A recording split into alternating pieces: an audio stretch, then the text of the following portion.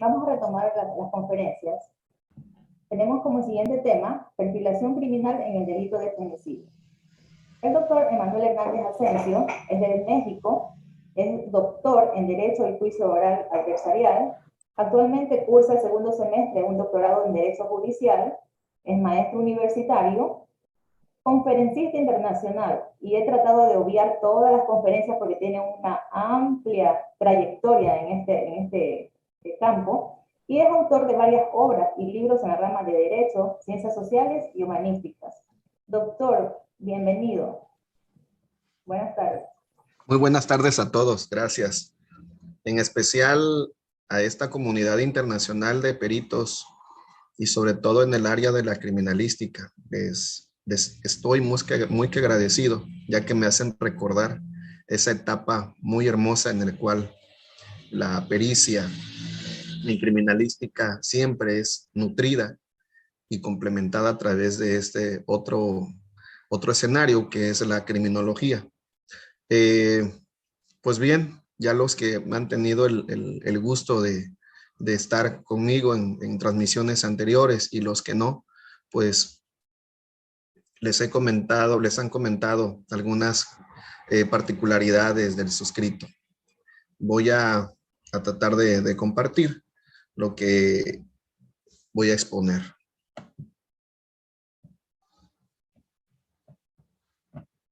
Vamos a hablar en este momento de dos partes muy importantes que para nosotros como investigadores de la ciencia del comportamiento es necesario. Recordemos pues que ya estamos en este mes, en México se celebra el Día del Criminólogo, y qué mejor atención en este binomio donde el criminalista y el criminólogo pueden coincidir igual con otras ciencias forenses al respecto. Y es por eso que ante esto vamos a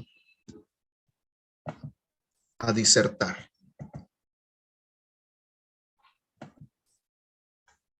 Sí logran verlo, ¿verdad?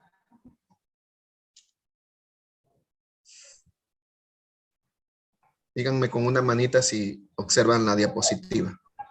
Ya está en pantalla. Sí, sí se ve. Excelente.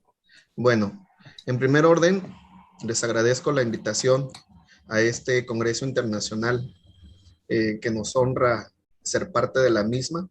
Wow, mi estimada colega Salia, te quiero mucho. Muchas gracias por estar aquí, igual a todos los demás. La colega Celia, maestra, de todo corazón hasta tu lugar de residencia. Esperemos algún momento llegar allá. Igual también la colega Edith, que aquí trabaja con nosotros en la Fiscalía del Estado de Tabasco. Bueno, mi nombre es doctor Emanuel Hernández Asensio. Ya el comentario de la cronista del Congreso Internacional ha mencionado algunas cartas en donde nosotros pues hemos ahí tratado de impulsar lo que es la criminología.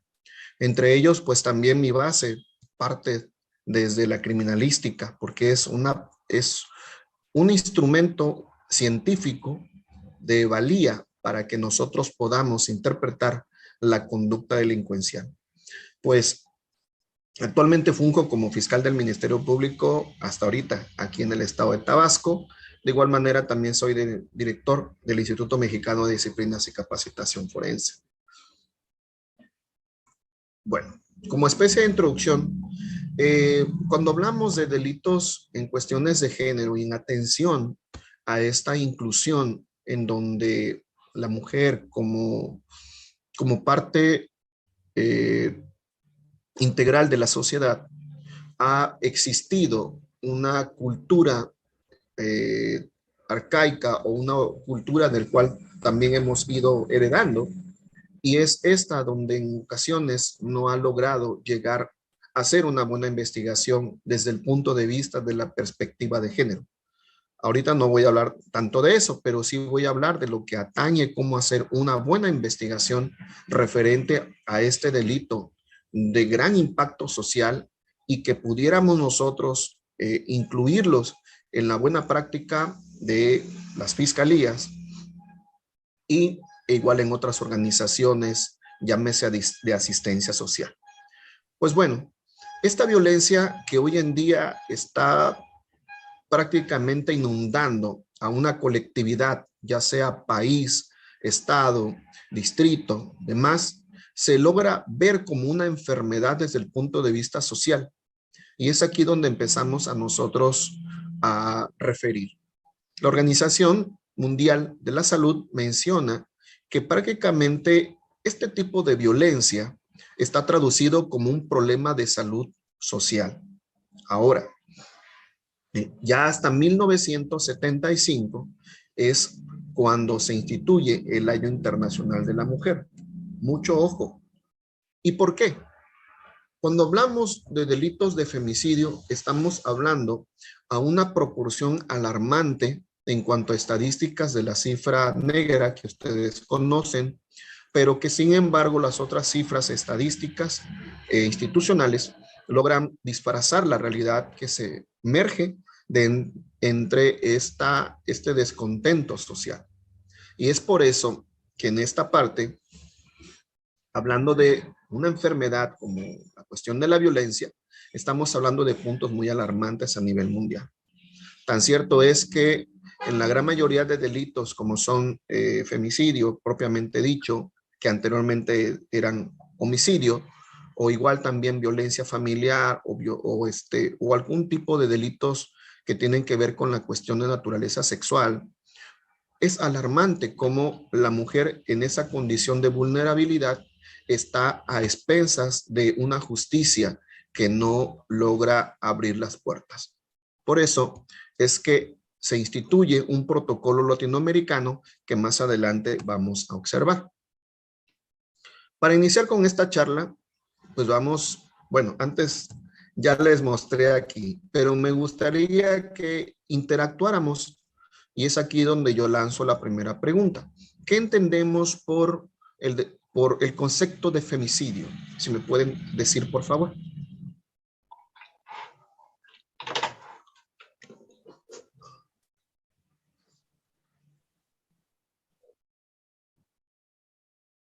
Repito, ¿qué entendemos por delito de femicidio?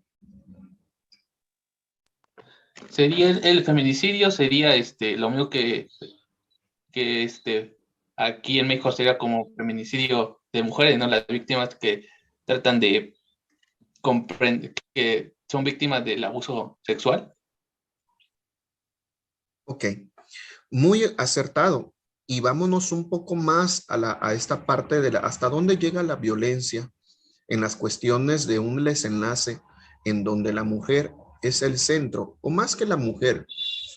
Vamos a hablar de esta cuestión de trastornos de la personalidad, vamos a tocar un poquito de ese punto, porque también existe vamos a decir, un enlace entre la personalidad del victimario y que también es, en este caso, se alinea con la conducta también de la oxisa o o en este caso la víctima de femicidio. ¿Y por qué? Porque nuestra cultura, bueno, hablando de México, es una cultura un poco machista, un poco misógina, y ahí estaríamos hablando prácticamente de antecedentes antropológicos criminal, ¿verdad? Esto hablando de la criminología propiamente dicha. Esto, queridos amigos y compañeros, influye mucho para poder ejercer en la mujer esta conducta. Y una de ellas mencionábamos, ok, Carlos Manuel Guevara menciona violencia reiterada y sistemática, sí, exactamente, porque tiene muchos matices, tanto de la parte del actor como también de la víctima, contra la mujer para ejercer dominio físico, psicológico, a través de la agresión. Muy correcto. Ahora, por parte del victimario, esta conducta que más que malinchista es un rasgo de personalidad que puede hablar de una personalidad narcisista, puede hablar de una personalidad alfa, que bien los conocen los psicólogos, que incluso aquí están, no me lo podrán dejar mentir. Todas esta característica que tiene una persona con esta conducta es el hecho de lograr que la víctima, lograr que en este caso la mujer pueda incidir este dominio desmedido, este acto de poder abusivo y este control que pretende mantener a la víctima en esa zozobra. ¿Ya entendido esta parte? Ustedes me dicen si cambia la lámina, por favor. ¿Sí cambió?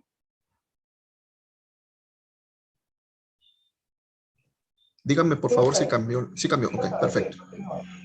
Ahora, yéndonos a esta parte del principio de legalidad o de la fuente del derecho, ya hablando como abogado, estaríamos primero conduciéndonos este concepto que tanto ya vimos por parte de la institución internacional de salud, como de igual forma el concepto de femicidio.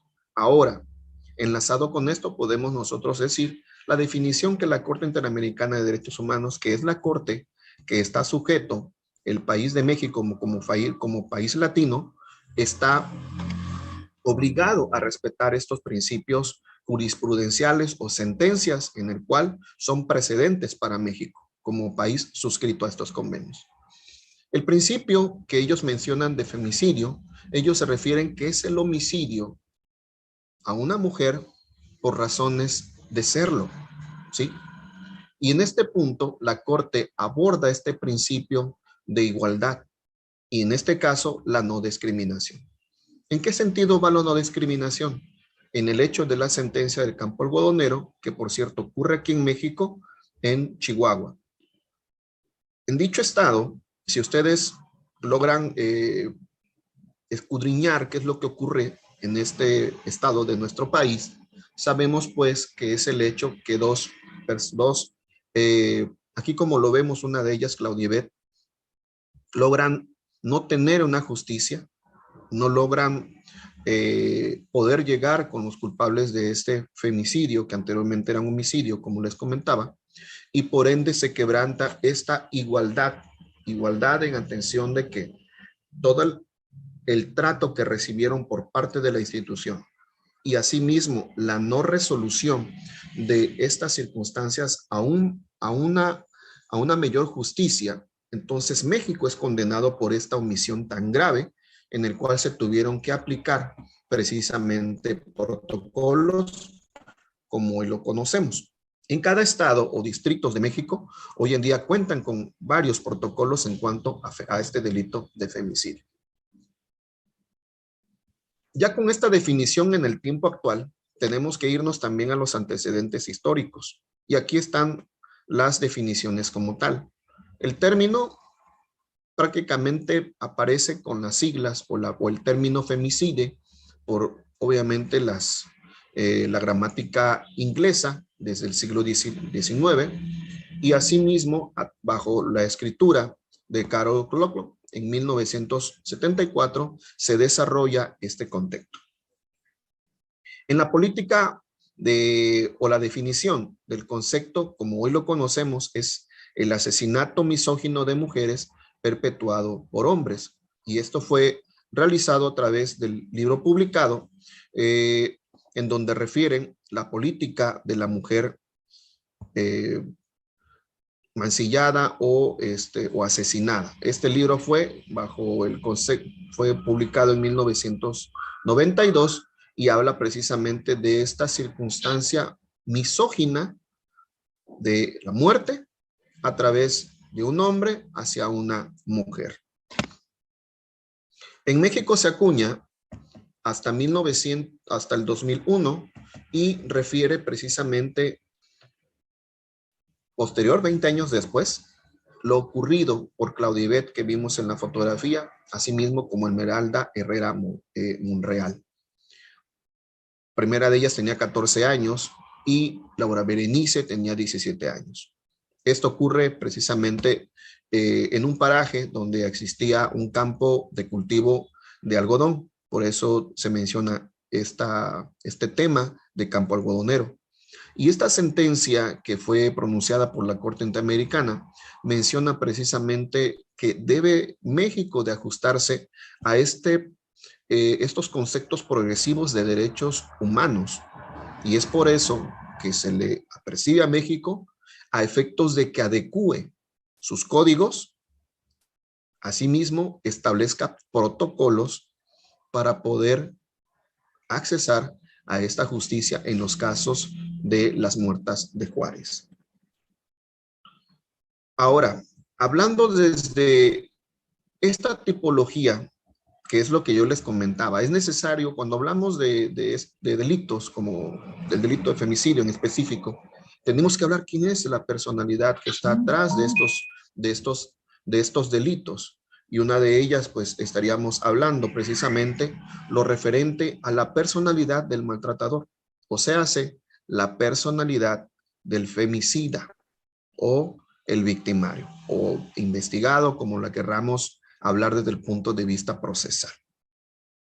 Vamos a hablar de estas personalidades, de los maltratadores, bajo este contexto en donde podemos hablar de las personalidades, de rasgos de personalidad, que una de ellas es difórico, borderline, y que tienen características de cierto modo antisocial, o también pueden ser violentos, o pueden ser narcisistas.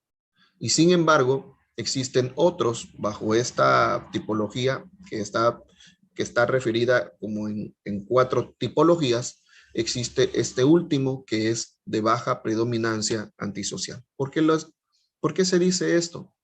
Porque también pueden existir maltratadores que no son antisociales, sino que son también, en este caso, injertados a la sociedad. Cuando hablamos de este rubro de la tipología del femicida, estamos hablando lo que yo les comentaba hace un momento. Hablábamos de personalidades alfas y hablábamos de personalidades beta. Una de ellas, pues obviamente en la biografía de Curry en el 2011, menciona el autor que existían 2 tipos de personalidades. Uno que sí se realizaba la conducta de femicida y otros que no. Pero más sin embargo, cuando él hace la estadística de manera cuantitativa en las cárceles en su país, él observó 2 conductas. Una de ellas son los controladores y otro los que son controlados, que serían los betas.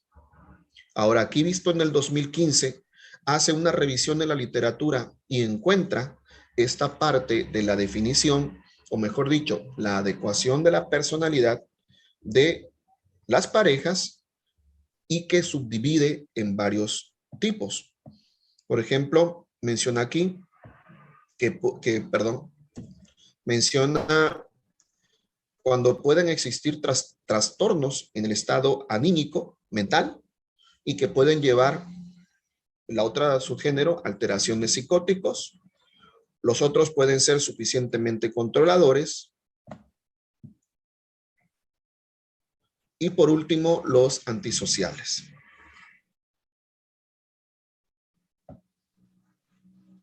Perdón, faltó otro, que son los sobrecontrolados, para tener los 4 tipos que menciona Kivisto. ¿Qué nos dice España que pudiéramos nosotros referir aquí con México? Bueno, en México como tal, no se ha hecho un diagnóstico como quisiéramos para poder tener una estadística cuantitativa, pero vamos a comparar qué es lo que pasa en este país ibérico. Y en este caso se hizo una estadística de 237 casos, en los cuales se clasificaron dentro de los delitos que sí fueron consumados dentro del femicidio y aquellos que quedaron en grado de tentativa. En estas observaciones que hicieron los colegas psicólogos criminales, observaron que la principal motivación del femicida es precisamente la separación. Incluso tengo un material donde un caso muy sonado aquí en México, si me permiten un momento voy a proyectarlo y mis colegas de México podrán decirme qué tan cierto es. ¿Se acordarán del descuartizador de Azcapotzalco? Los que son de México.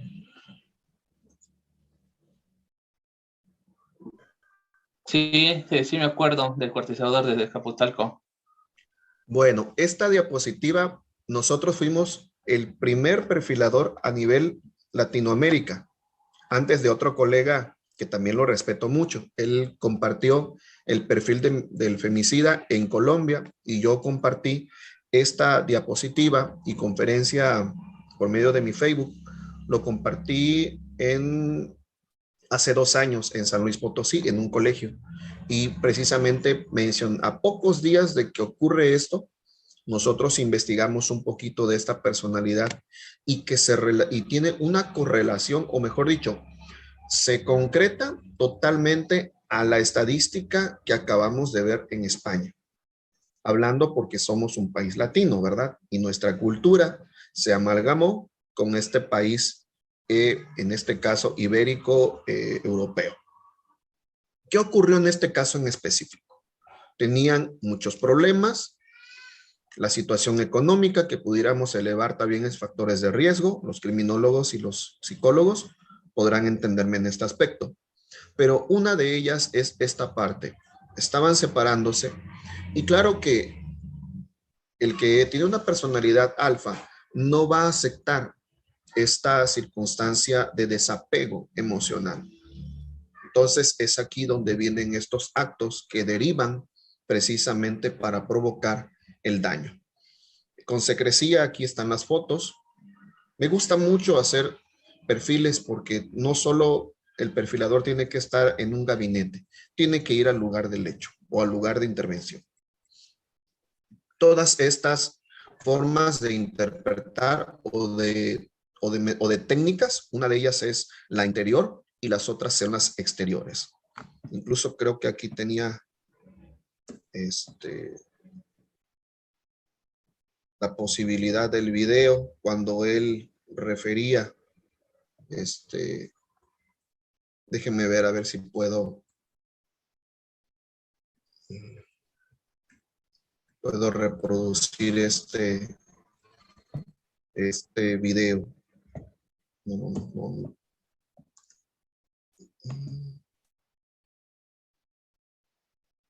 Permítame. Creo que no me da esa opción, perdón. Pero él ahí, en ese video, él mencionaba qué fue lo que ocurre, ¿no? ¿Qué fue lo que ocurre en este primer momento? Y bueno, seguimos en esta. Entonces, ya habíamos hablado, ¿verdad? Una de ellas son los celos, que se constituyen prácticamente en una personalidad también borderline, muy dominante. Los psicólogos saben a lo que yo me refiero, ¿no? La personalidad borderline, por lo general, siempre es muy volitiva en su tipo de humor y también muy coactiva, o sea, hace muy de dominio a través de las emociones o incluso también desde la parte física. Y todo esto, al final de cuentas, se deriva porque uno de ellos tiene este trastorno de la personalidad que hace que el beta quede sometido. La otra estadística en España menciona que cuando sufren una alteración llámase psicótico, entonces existen otras circunstancias de no vincularlos a un proceso, pero más sin embargo, lo atendible es que en este trastorno, ya sea el primero que mencionaba, borderline, o trastornos de la personalidad, ambos están relacionados desde el punto de vista sentimental. Y los sentimientos son los que dominan más a la razón, y esta es la que se desborda para realizar una conducta como lo que hoy estamos disertando. ¿Alguna pregunta hasta aquí o podemos dejar las preguntas hasta el final? Doctor, hay alguien que tiene la mano levantada. Yarexi. Yo. ¿Perdón? Hay alguien que tiene la mano levantada. Yarexi Villoro tenía una pregunta.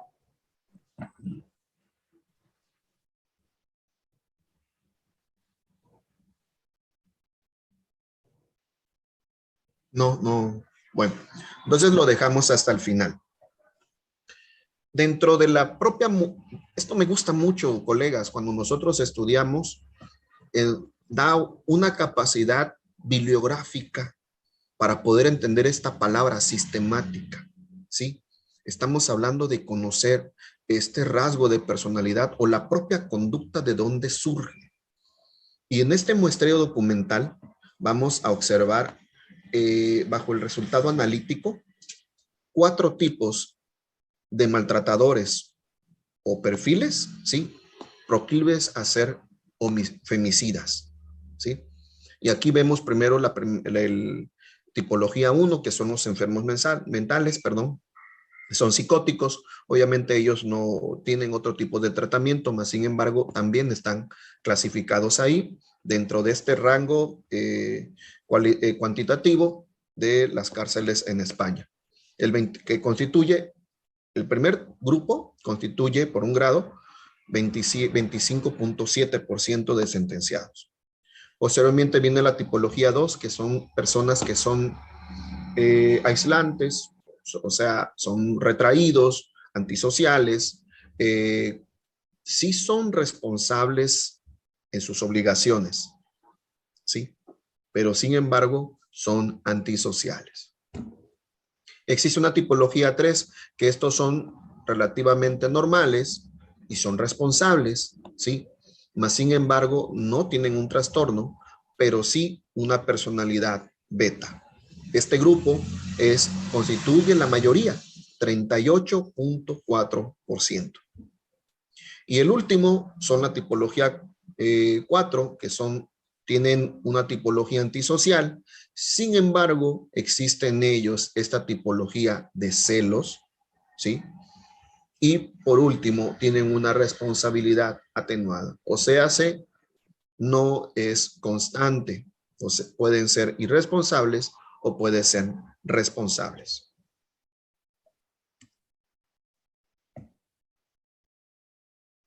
Ahora, cuando ya vimos la estadística, podemos hablar entonces de números reales de sentencias y que han observado las tipologías de los femicidas, ¿sí? Ahora, cuando nosotros hablamos desde el punto de vista de la criminología, tenemos que irnos al punto de estudiar, en este caso, al infractor de la norma o el antisocial, ¿sí?, o el investigado, desde el punto de vista de donde surgen precisamente estos factores que, bajo el principio de predisposición, bajo el principio de preparación y bajo ya el resultado que es el detonante para realizar la conducta, es cuando nosotros tenemos que estudiar el antecedente, válgase la redundancia,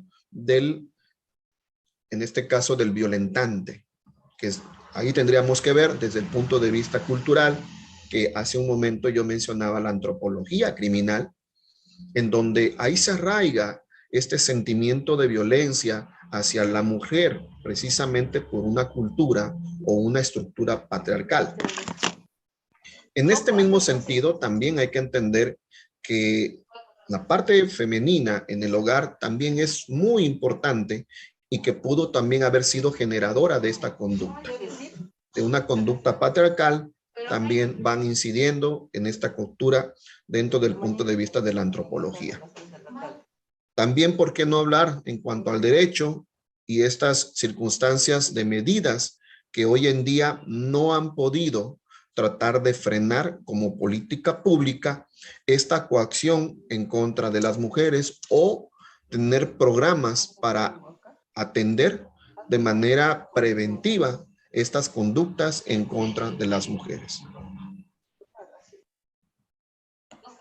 Cuando hablamos de violencia de género, es prácticamente esta circunstancia en donde se da la negativa o la ausencia de la justicia frente a una persona que desea accesar a ella. Y atendiendo a esta parte, bueno, es tu esposo o es tu marido o etcétera, la justicia no se hace una realidad o no se patentiza. Aún cuando puedan existir evidencias físicas de lesiones o puedan existir otras que son conductuales. Por cualquiera de ellas, de estos lesiones que puedan presentarse, ya sea emocionales o físicas, lo cierto es que la violencia de género también, las instituciones propiamente dicha, no logran realizar su objetivo. Continuando en esta misma tesitura, mencionamos que los maltratos en este tipo de delitos, la gran mayoría pues es entenderlo, ¿no? Y es la lógica, ¿no?, que nos dice que el hombre generalmente trata por sus actitudes y sus conductas de maltratar a la mujer desde a temprana edad hasta su juventud. Y esto obviamente es bajo la cultura. Pero de igual manera también existe otra tipología de culturas o de cultura misógina tardía y que puede incurrir en este caso el femicida, en una conducta de ejercida violencia del hombre hacia la mujer. Y esta conducta para nada es normal. Bueno, aquí vamos a ver que el perfil del maltratador lleva o tiene aparejada varios rasgos y uno de ellos aquí podemos ver relaciones de dependencia, como mencionábamos, la personalidad beta, pueden ocultar una imagen pulcra a nivel pública, pero ya dentro de las cuatro paredes dar otra circunstancia, pueden tener grados de inferioridad o baja autoestima. Y esto es, creo que es el parteaguas de lo que nosotros podemos entenderlo, ¿no? El hombre, por lo general, en una sociedad competitiva, logra sentir la sombra de su esposa, su novia, su pareja, precisamente en atender si en él no existe el éxito adecuado. Por ejemplo, aquí yo les mostraba esta imagen en donde me pueden comentar mis amigos, mis colegas de México. Él es un ingeniero y ella trabaja o trabajaba porque ya no existe. Lo cierto es que él empezó a tener desconfianza porque es más joven que su esposa, era más joven y trabajaba. En cuanto a él, pues él en su entrevista que le hicieron por parte de Seguridad Pública, él mencionaba que no tenía trabajo, a veces sí, a veces no. Y prácticamente él pues era un profesionista, pero no estaba satisfecho con válgase la redundancia, el éxito profesional.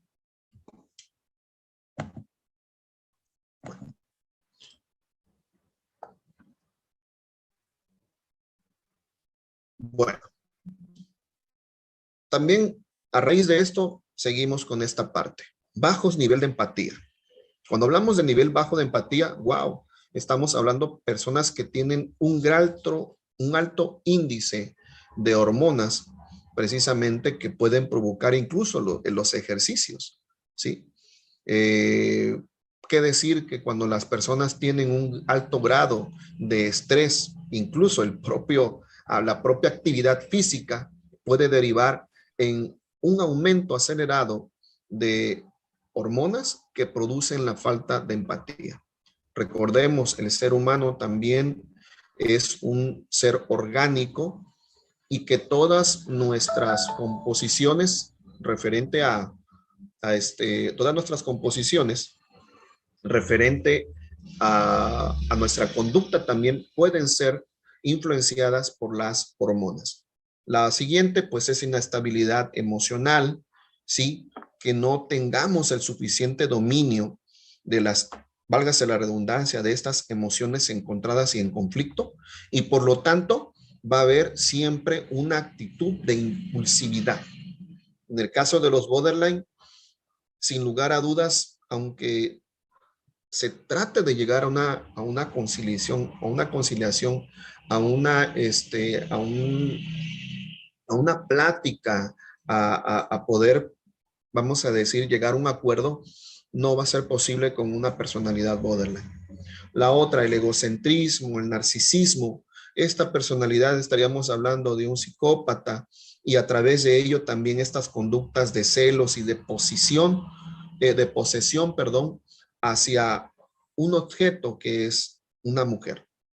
Y en esta misma trama de esta posesión excesiva va a dar en este caso la capacidad del victimario para manipular.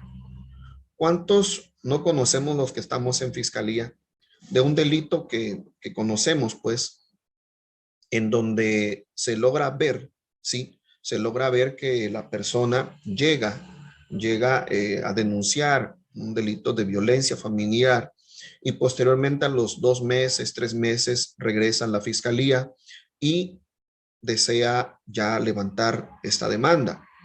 Entonces, como nosotros operadores de justicia que tenemos que atender bajo este principio de inmediatez es el hecho de atender lo que ya ella dio como en este caso su declaración, su denuncia. Y a un caso que a nosotros nos tocó analizar a través de otro amigo, pues yo le comentaba, pues hay que realizar otros estudios psicológicos.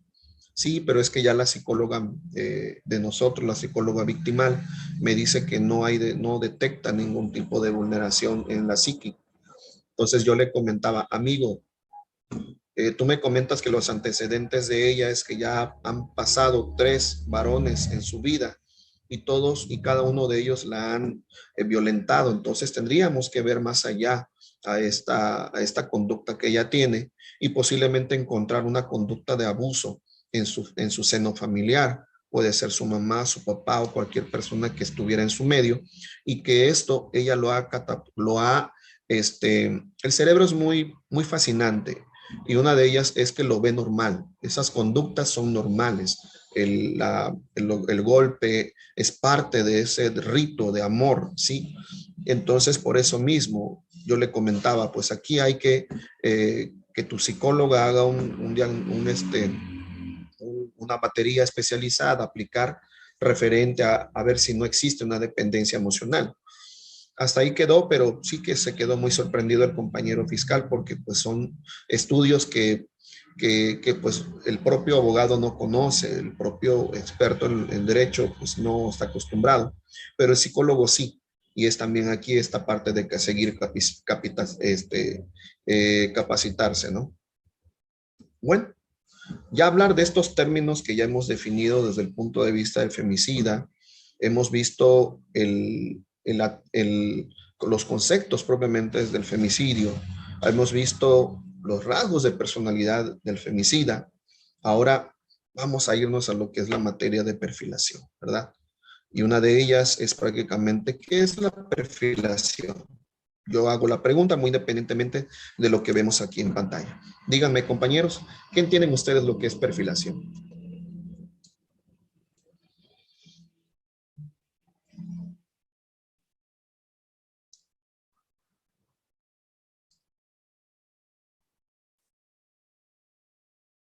Les escucho, amigos, no se nos duerman. O ya se durmieron.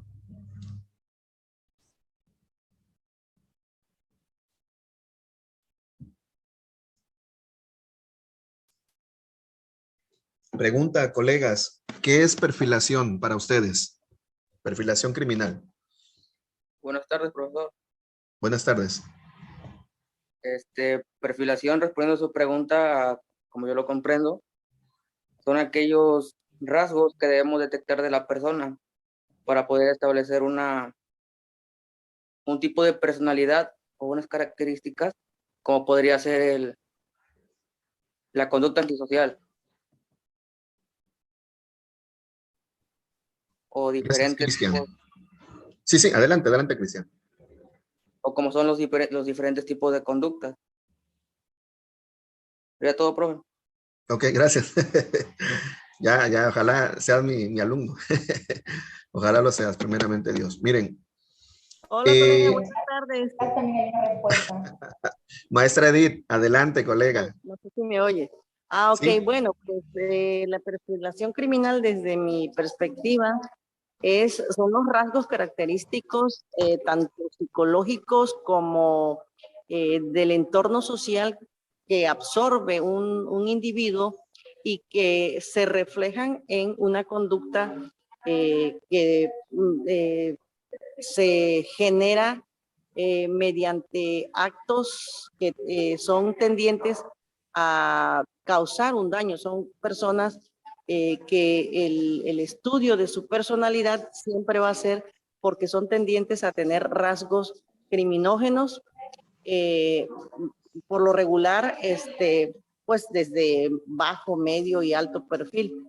Entonces, creo que es el estudio de esos rasgos, de esa personalidad de los individuos que son susceptibles de cometer actos criminales. Es mi participación. Gracias. Gracias, mi estimada maestra. Te quiero mucho. Bendiciones. ¡Ay, un noviazgo! ¿Escuchaste? ¿Escuchaste? Muchas gracias, colega. Gracias, de nada, amiga. Te quiero mucho.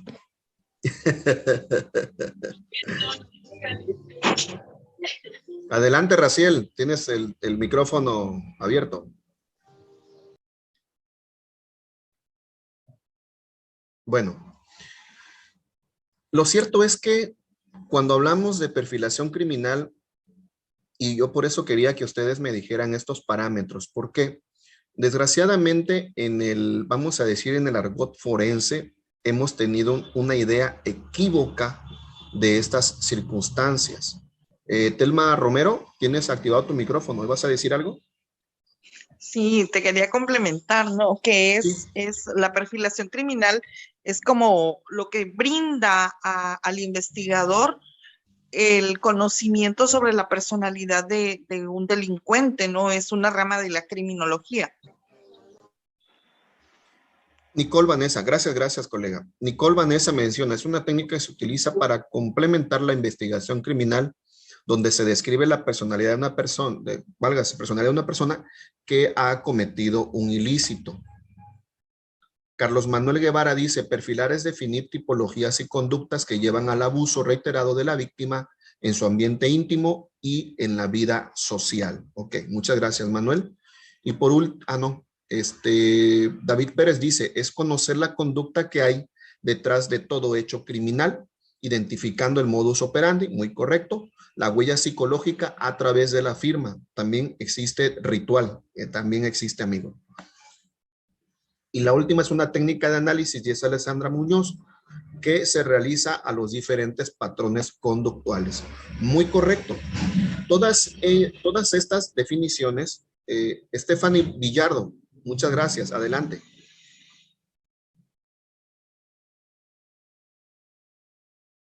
Tienes la mano levantada, Stephanie. Adelante, ¿vas a participar?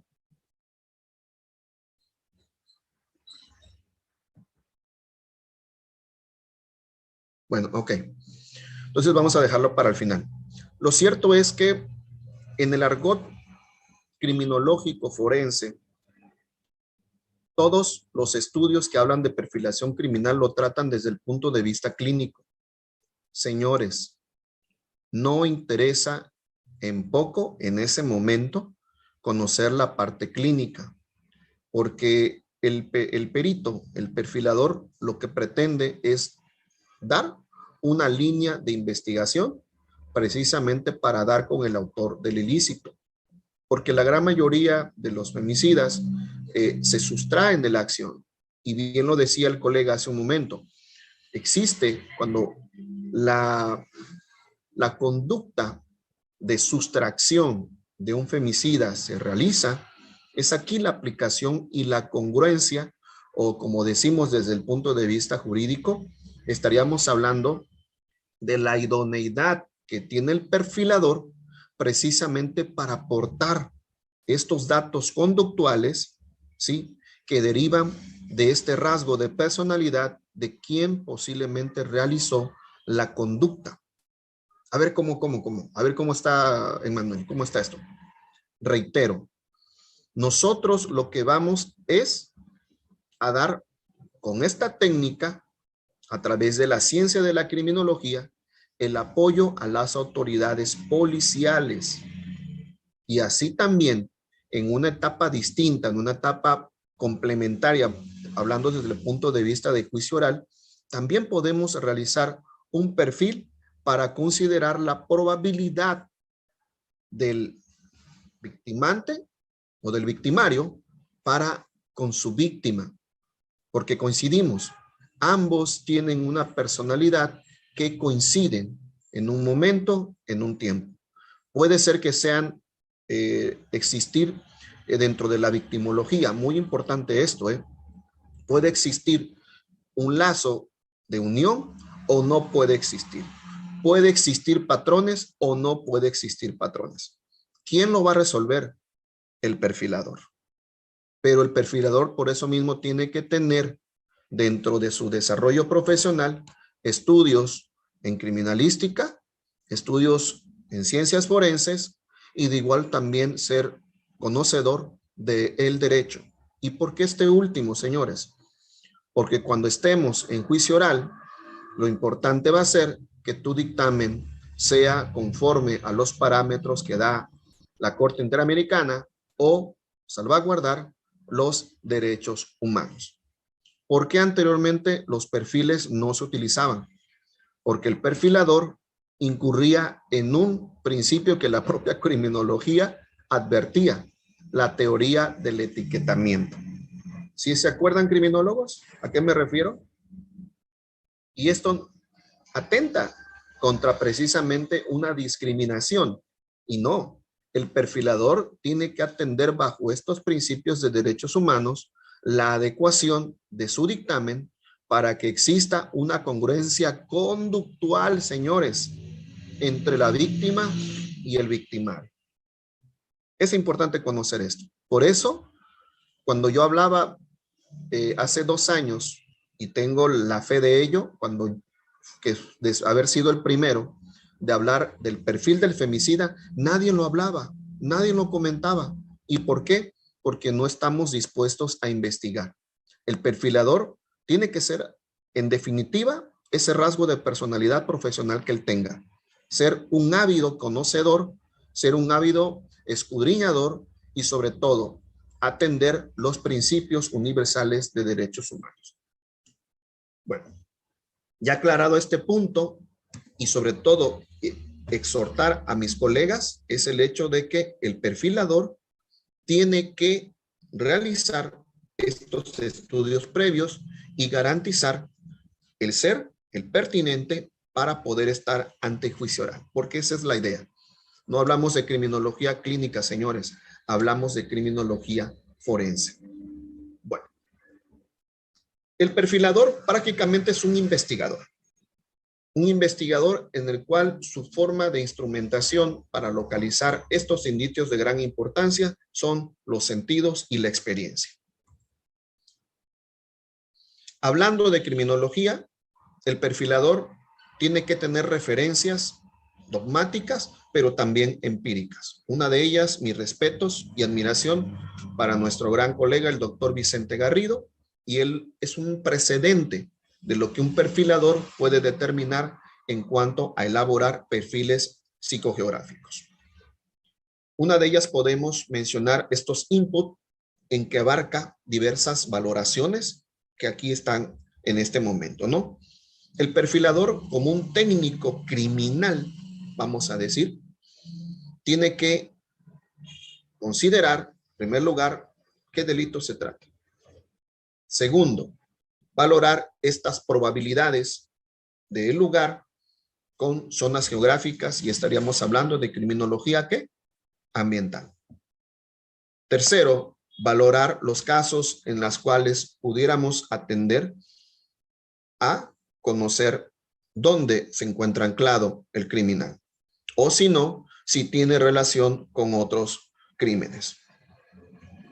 De igual forma, puede ser un consejero especializado y atender dentro de los medios de comunicación a los que están dentro o encabezando las fiscalías o el tribunal o diversas instituciones de procuración o administración, poder mencionar qué sí podemos hablar y qué es lo que podemos ser más mesurados, ¿sí? En cuanto a delitos que puedan conocer un patrón, y ahí podríamos hablar de un asesino serial, un femicida serial, ¿verdad? Y por último, ser consejeros en esta línea de apoyo a estas instituciones para reservarse algunos comentarios y entorpecer las líneas de investigación. En este mismo actuar del perfilador, estaríamos hablando pues de que el perfilador tiene que acudir al lugar del hecho como su acto de investigación. Tiene que conocer de la carpeta de investigación. Tienen que conocer todo el bagaje de información que se encuentra en la misma. Extraer la información, empezar a procesar y posteriormente también ir a lo que hace un momento mencionaba. Fuentes de investigación internas, pero también externas. Y estas mismas van a poder correlacionarse con lo que tenemos en la carpeta. De igual forma, poder tener esta probabilidad como estadista que somos en saber qué zonas son de mayor riesgo que otras.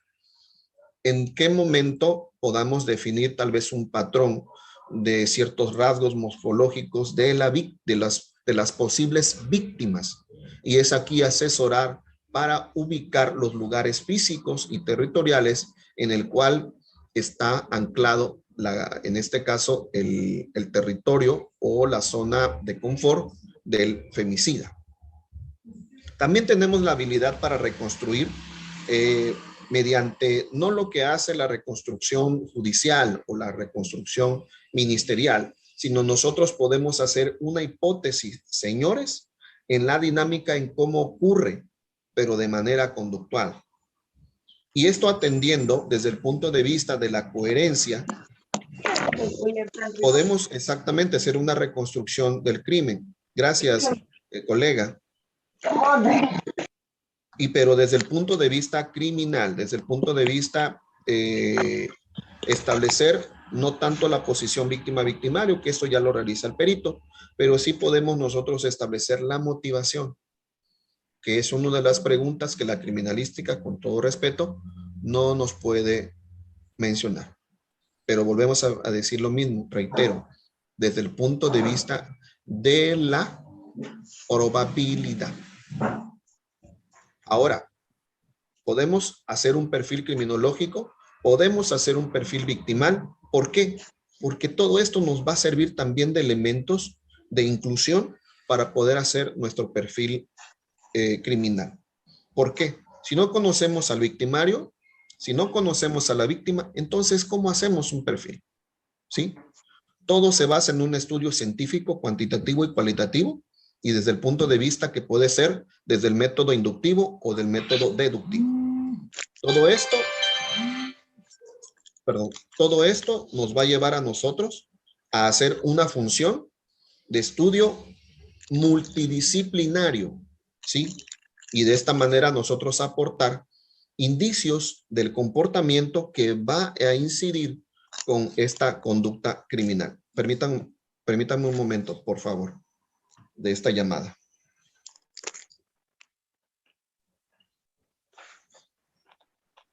Que quién sabe. Perdón. Bueno.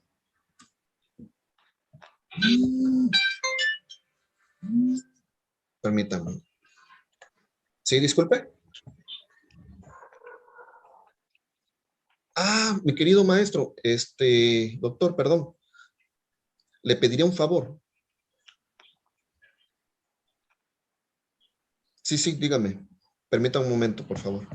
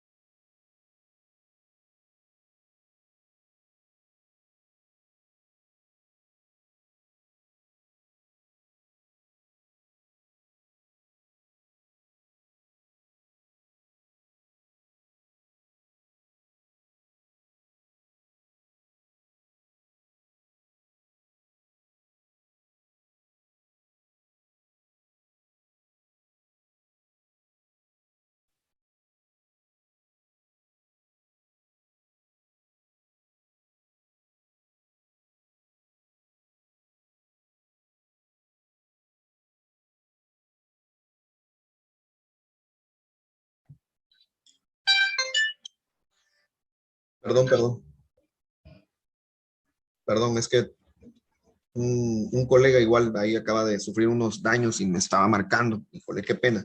Discúlpeme, ya nada más nos quedan 10 minutos. Adelante, voy a atender. Entonces, hablando de esta parte, cómo las diferentes técnicas nos pueden llegar a resolver precisamente a través de esta técnica, tal como lo hicieron en su momento el FBI, ¿sí? En el Departamento del Nacional de Análisis del Crimen Violento, o igual, quien no conoce la escuela de Ressler, ¿verdad? Todos estos nos lleva a entender y tomar decisiones con esta imagen que estamos enfocando. ¿Cómo podemos evaluar la escena del crimen?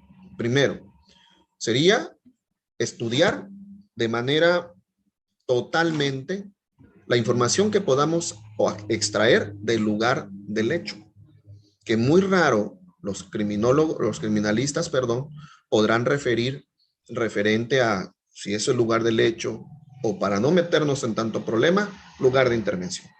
Pero lo cierto es que para un criminólogo, para un perfilador, sí necesito saber si ese lugar es el lugar del hecho o el lugar de abandono. Porque ya con esto puedo yo elaborar un perfil criminológico en donde, a través de la teoría de la criminología ambiental, por medio de del perfil psicogeográfico, podemos establecer este vínculo psicogeográfico.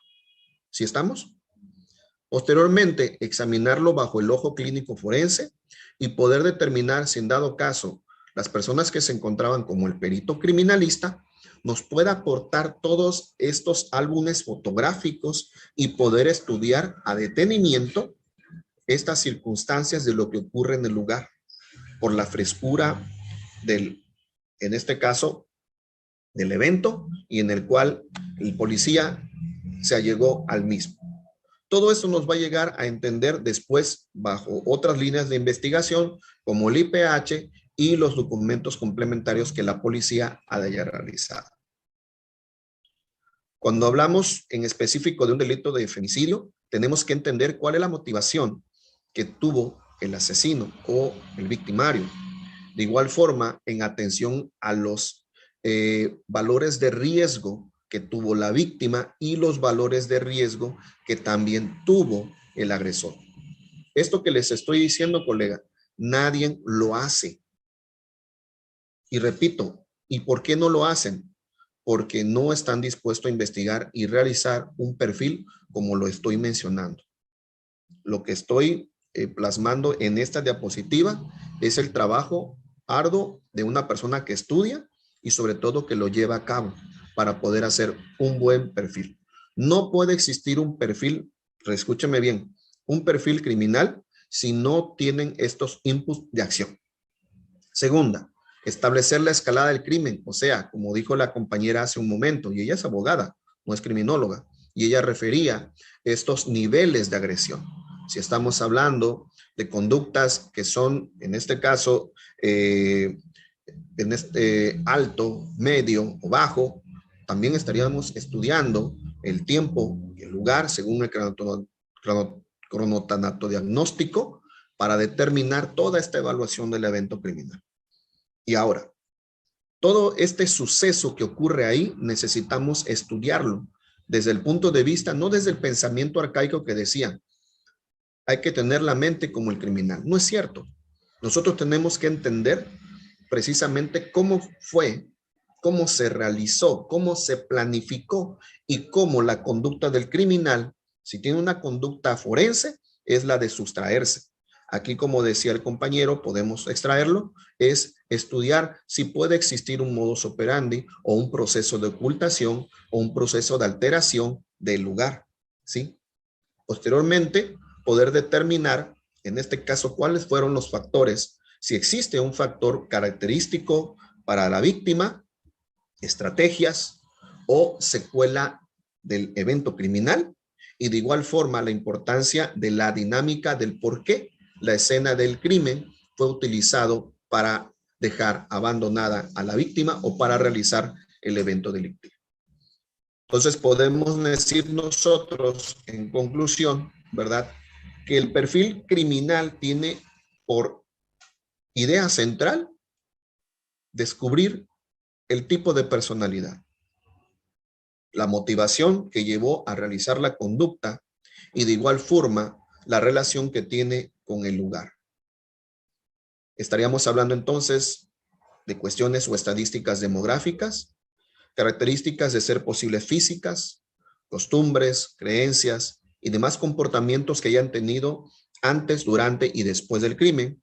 Y asimismo también recomendar, en el caso de un método inductivo, ¿sí?, cómo hacer que la entrevista, cuando se tiene al victimario, poder realizar una coherencia de identificación que ya tenemos dentro del perfil y la coherencia ya del método deductivo para saber si estuvimos en lo cierto o no.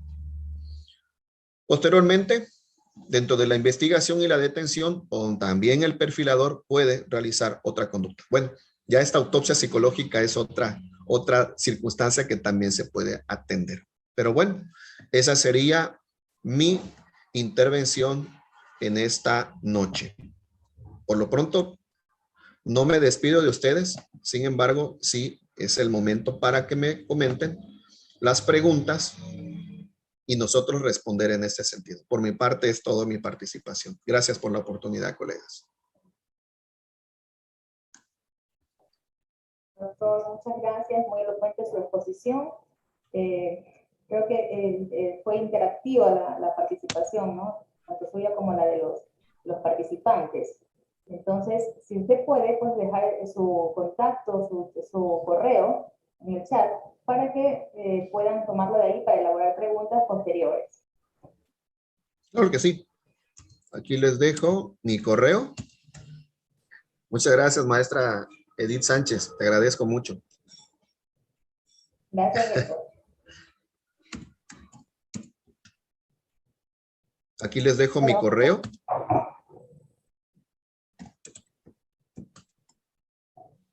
Muchas gracias, Diana. Te agradezco mucho. Ahí está mi correo en el chat. amdcfeha@gmail.com.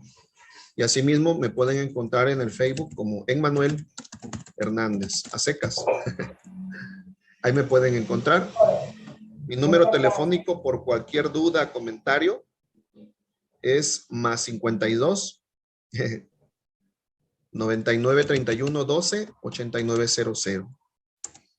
Y sí, voy a responder a una pregunta que me acaban de decir, que sería, ¿cómo elaborar un contraperfil? Bueno, así como hay, no se envió correo. A ver si otra vez no. Perdón. Perdón, es que lo mandé. Ok, aquí lo mando otra vez. Asociación Mexicana de Disciplina de Información Forense, eha@gmail.com. Ese es mi correo. Jessica Barragán, muchas gracias. Mi número telefónico es 9931. Bueno, aquí en México. La LADA es +52 00. Gracias, César. Y en Facebook me pueden encontrar como Emmanuel Hernández. Así a secas. ¿Cómo elaborar un contraperfil? Me comenta. Bueno, sí se puede realizar un contraperfil. Cuando obviamente nos los ofrece la defensa. Sin embargo, tenemos que primero saber el perfil que se haya elaborado para nosotros después hacer un contraperfil. O si hay un perfil psicológico, como por lo general en los delitos de femicidio lo hace el perito psicólogo criminal, bueno, debe de ser un perito perfil criminal, no un perito psicólogo, con todo respeto, clínico, porque eso no me ayuda en nada. ¿Sí? Para hacer un contraperfil tengo que tener la referencia de un perfil para poder realizar otros estudios más complementarios, lo que no pudo observar el perito y lo que también las fuentes indirectas me puedan proporcionar. Por ejemplo, si me lo permite la responsable del Congreso, este tema que yo estoy dando, wow, son 2 horas y media Por eso es que después había otras cosas como de autopsia psicológica. Wow, o sea, me apasiona esto, ser un investigador conductual. No, hombre, hay mucho material que podemos indagar para poder no solamente hacer un perfil, podemos explicar en aproximado precisamente estas secuelas conductuales, cómo es que se percibe la persona que delinque, cómo es que realiza, por qué la mutila, por qué la estranguló, por qué fue una conducta furiosa, por qué el odio, por qué el ocasionar esto y lo otro, ¿no? Todo eso tiene una explicación, colegas. Y eso es lo que hemos entendido, los que no solamente nos quedamos en realizar un perfil. Tenemos que ir a más. Y tenemos la base. ¿Cuál? La criminología, la victimología. Yo soy un amante de esa materia. Espero que mis demás maestros y colegas, que cuando hablemos de victimología, podamos realmente conocer el origen del crimen, el origen del criminal. Entonces, es lo que yo coincido, ¿no? ¿Alguna otra pregunta? Si no, pues les agradezco humildemente esta su intervención y muchas gracias. Gracias, doctor. Gracias por su participación.